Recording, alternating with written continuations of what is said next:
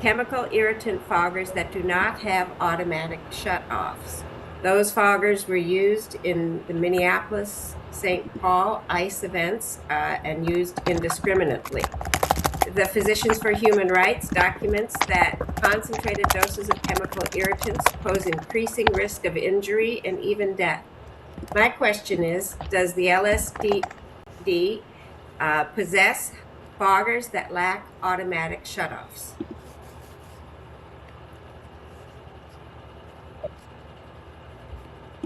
I think I might need to ask a follow-up question in regards to that. When referring to a fogger itself, what comes to mind is a handheld device that is no longer used by the Sheriff's Department that would disperse chemical agents. The chemical agents that we use now uh, are reviewed for what's often referred to as a lethal concentration. I think that might be where you're going with this question here. And the chemical agents that the department does deploy are used in a manner that would not reach any form of lethal concentration and are easily dispersed by prevailing winds within the area. All of the current handheld devices are, of course, controlled and can be turned off as necessary. Most of our chemical agents that we use in regards to launchers are specifically used for um, a controlled fire and are very target specific. So hopefully that will answer the question that you're looking for. And we're always exploring new potential safer items that are available on the market to the public or in our regards to law enforcement. And so we continuously look at what might be safer and less dangerous to the public.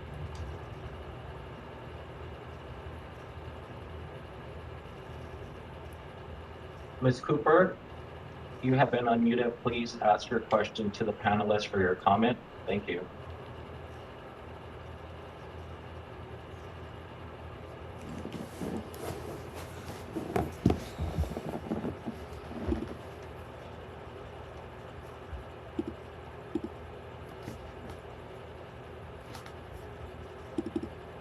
Can you hear me?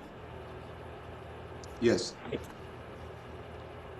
I wanted to know under what circumstances or situations would a civilian police department use tracked armor vehicles?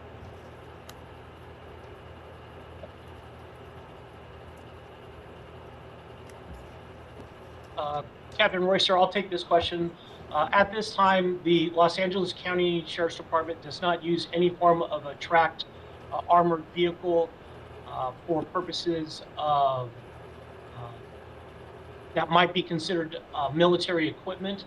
There are certain circumstances with our armored vehicles that do run on a wheelbase rather than a tracked version.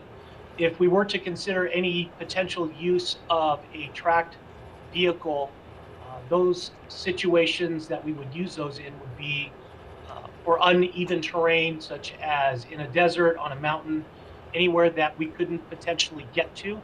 The thought of using tracked vehicles has not really crossed our path for continued review or exploration, because most of the vehicles that we are using today are similar to a four-wheel drive vehicle or an all-wheel drive vehicle, where the traditional two-wheel drive vehicles couldn't go. So at this time, tracked vehicles are not part of any exploration, something that we would use. If that were to take place, that would certainly be something that we would bring up to the LA County Board of Supervisors for consideration or approval for military equipment. When it was included in the original AB 481 and entered into California law, the idea of using military equipment and specifically military tracked vehicles, that's where I believe the intent of that law was, and those are not items that we would consider using in the future. Thank you.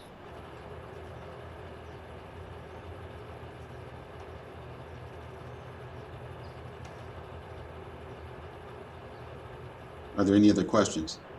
Captain Haynes, there's no other questions at the moment. Okay, if I can, I turn to some of our participants here to ask a few questions. If I could go to Ms. Caroline Shahinian. How does AB 41 increase transparency between LESD and the community? Thank you. Well, I think what we've seen so far is a great example. Yes. We've heard a lot of questions come out based on the information in the reports and some answers. So I think that that's exactly the purpose that it was intended to fulfill. So I think the meeting kind of speaks for itself. Yes, yes, it does. And for Captain Robbie Royster, what types of operations involve the use of UAS technology? And I think we covered that in there, but if you can kind of, hit home with that for me. Sure, of course. So under the current existing policy, as everybody remembers, when myself and Lieutenant Salvatore talked, there's two different versions that are happening right now. So the LASD is transitioning into the new version.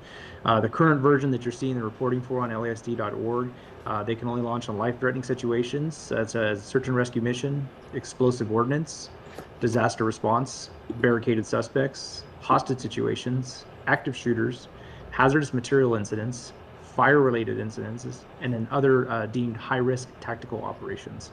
So those are the things that my personnel have to vet when an individual calls in order to try and get approval to launch a drone. Thank you, sir. And for Lieutenant Dan Inez, you've answered a lot of questions and spoken up a lot. So how does LESD track and document the use of military equipment? I think that was answered in your presentation, but if you can give just a small snippet of how we do that. Yes, certainly. Currently, our department policy mandates that any use of less lethal equipment, such as our military equipment, requires reporting. It's documented in several different ways, including our use of force reports, and also along with a tracking system that we've developed here in-house that they will also report the use of particular items that they use during any incidents in the field. Those are then put into a culmination of review for considerations. We use those items or those reports to assess if there are better ways that we can use the items, and also if we are in need of new technologies or new items, military equipment, and looking into the future if the tracking that we do would dictate us making those changes. And I think it kind of speaks for itself. It was brought up in a question earlier that the use of the stun bag shotgun, due to the reporting and concerns that had been brought to our attention, that we have phased out that stun bag. So our internal reporting systems allow us to do positive reviews of our military equipment. Thank you, sir.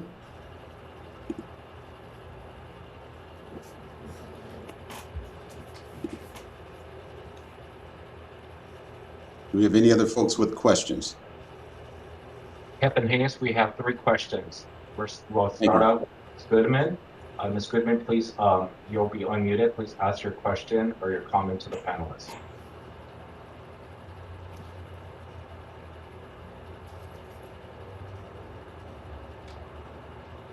Hi, can you hear me? Yes. Oh, great. Thanks.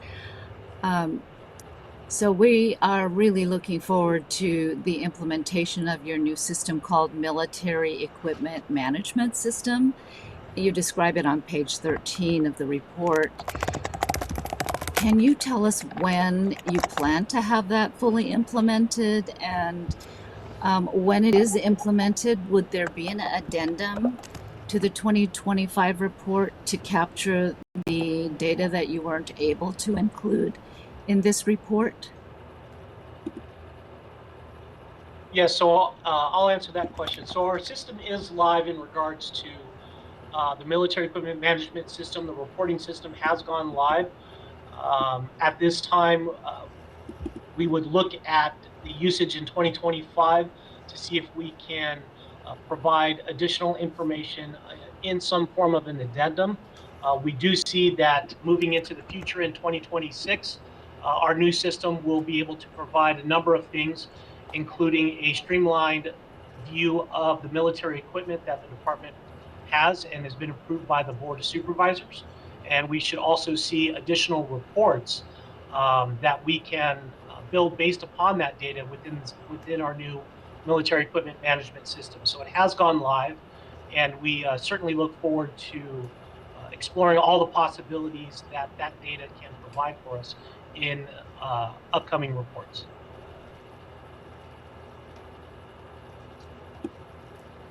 Thank you, Lieutenant Inez. We have Ms. Cooper. Ms. Cooper, you, a request to unmute yourself has been sent to you. Please ask your questions to the panelists or provide your comment.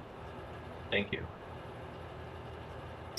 I have a question of interest, and I would like to know, how does LAPD upgrade the officers in the field equipment so that they have greater power than most of the criminals on the street, so that they could use less military equipment?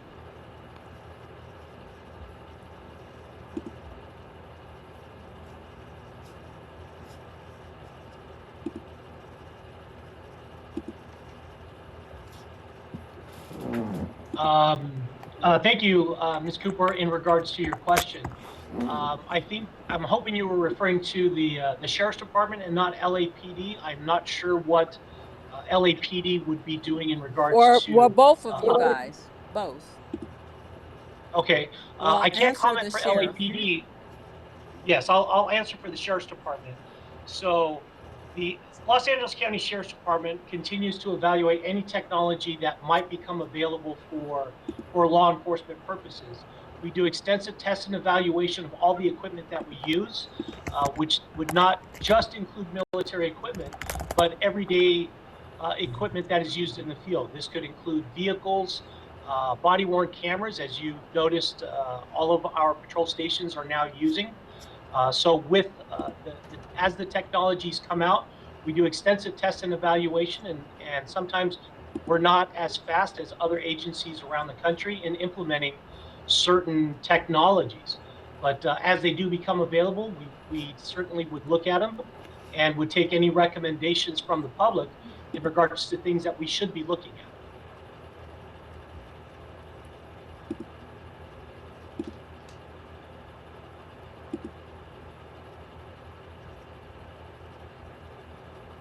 Ms. Rent, you have been unmuted. Please ask your question to the panelists or provide your comment. Thank you.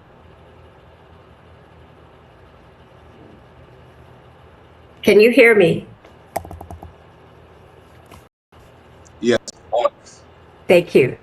So I realize that UAS systems have many positive benefits. And you list them in your inventory, and that includes locating missing persons. The LASD also recognizes that there are risks to personal privacy.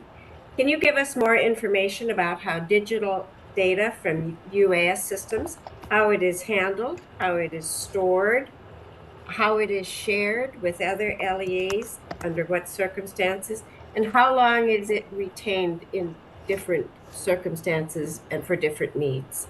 Thank you. Thank you. I'll go ahead and start this question off, and then I'll hand it over to Lieutenant Salaport for the new version of it. Under the existing policy for the 8 pilot programs, when we originally came to the community and got approval or buy-in from the community to use UAS systems in the categories that I talked about, one of the things that the community spoke of was that they did not want any recording. So our current policy actually prohibits any recording. It's actually it's used for real-time analysis. And then if it does need to be recorded, it actually requires an approval process. Once that approval process is done and that video is recorded, and you can see on our transparency page whether a video was recorded or not. Once it is recorded, then it has to be booked into evidence along with that case file that was handling. So I think in the 2 years I've been here, I think we've recorded twice, and they were for both homicide investigations. That is changing under the new policy. So I'll go ahead and turn this over to Lieutenant Salaport to cover what the process is for the next program. Thank you, Captain Oyster. So to kind of continue on with that, the recording aspect, and I spoke about it briefly in one of my slides. So when a call for service goes out, the drone, the UAS will be deployed from the station. It'll elevate into the air. The camera will be faced towards the horizon, straight ahead. It will go toward the call for service, and then the recording will start once it arrives on scene. It'll stay on scene until the UAS is no longer needed, and then it'll stop recording and leave the scene. That once the UAS docks back into the docking station, the video is downloaded into our system, and then transported, or it'll be then carried over to our DEMS, our Digital Evidence Management System. Like I kind of spoke about briefly, the DEMS, our Digital Evidence Management System, is CJIS compliant. Again, that's federal standards set by the Federation, or federal stuff, and so it has to meet these compliance, and that's to kind of hold the data security aspect of it, to make sure that everything is secured. Thank you.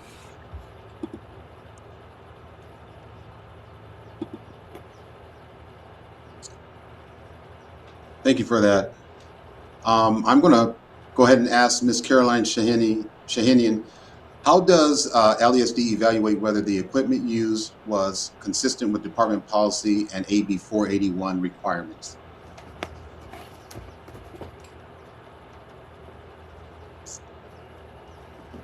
I'm sorry, can you repeat the question, please? Yes, ma'am.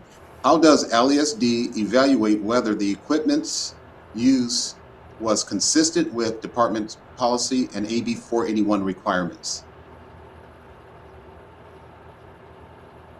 I think the policy is set forth in the department's policy, and so maybe someone from the department might be able to address that a little bit better. But I think that these opportunities like these to review and evaluate are certainly helpful to that. Right. Thank you, ma'am. And for Dan Inez, Lieutenant Inez, what safeguards, I don't know if I asked this question, but what safeguards are in place to prevent the misuse of this equipment the military equipment? That's actually a really good question. Thank you. The number one thing that we use to provide those safeguards is the extensive training that we have. So depending on the military equipment, there are training requirements that could be required by law or by the Commission on Peace Officer Standards and Training. So most of the equipment that you will see on our military equipment list does have some form of training requirements. Now, most of our peace officers receive standard training in the academy that would cover many of the items that we see on our military equipment list. However, some items, additional training is required after the completion of an academy. And those items are usually ones that we use that have a specific purpose or are highly specialized.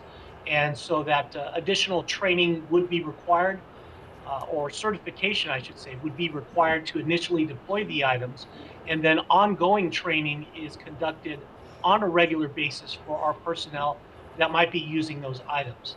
So I believe that our ongoing training, as well as the initial certification for each of the items, we take seriously here on the department, and we will continue to evaluate if items are used in the field, if additional training or changes to our policies or our training program are necessary to ensure that the safety of the public is paramount in all of our operations. Thank you, Lieutenant Inez. Is there any other questions from the community, from the public? Yes, sir. We have one question from Ms. Goodman. Ms. Goodman, you have been unmuted. Please ask your question or provide your comment to the panelists. Thank you.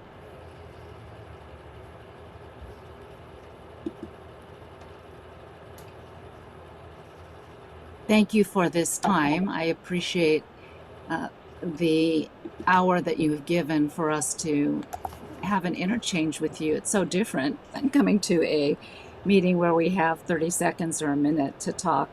Anyways, my question right now has to do with the Physicians for Human Rights. They have stated that metal shot, rubber-coated metal bullets, or projectiles with metallic components are not safe and should be prohibited. I'm wondering, does the Sheriff's Department have any of these materials or ammunitions, and would you consider prohibiting them? Ms. Goodman, thank you for that question. That's a really good point, and it allows me to expand on some of our less lethal weapons. All of our less lethal weapons do not incorporate the use of any form of a metallic device, such as lead or steel or aluminum. All of our less lethal devices are usually made of some form of foam or plastic to minimize the potential risk for serious bodily injury. We recognize that in the past, and those types of items we do not use, and we would never consider using items of a less lethal nature that include any form of a metallic object. If you are interested, you can review some of our items and go to the manufacturer's websites, and you will see what those materials are made of, and you will see that most of the time it is some form of polymer or foam that we use in our less lethal weapons.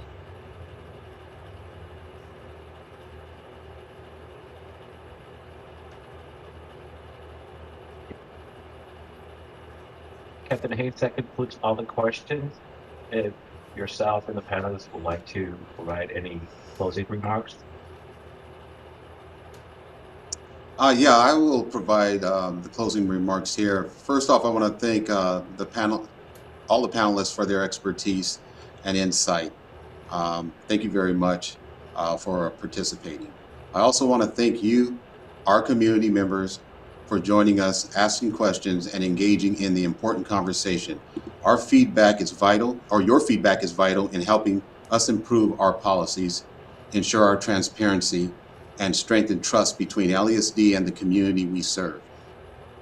If you'd like to review any of the information presented tonight, a recording of this meeting will be posted on the LASD Transparency webpage at lasd.org/transparency/AB841. And I'll repeat that one more time. That's lasd.org/transparency/AB841. Thank you again for your participation. Enjoy the rest of your evening. Captain Hayes, just for clarification, we had some technical difficulties recording the meeting, and the meeting was not recorded. Just for clarification. Thank you. Thank you.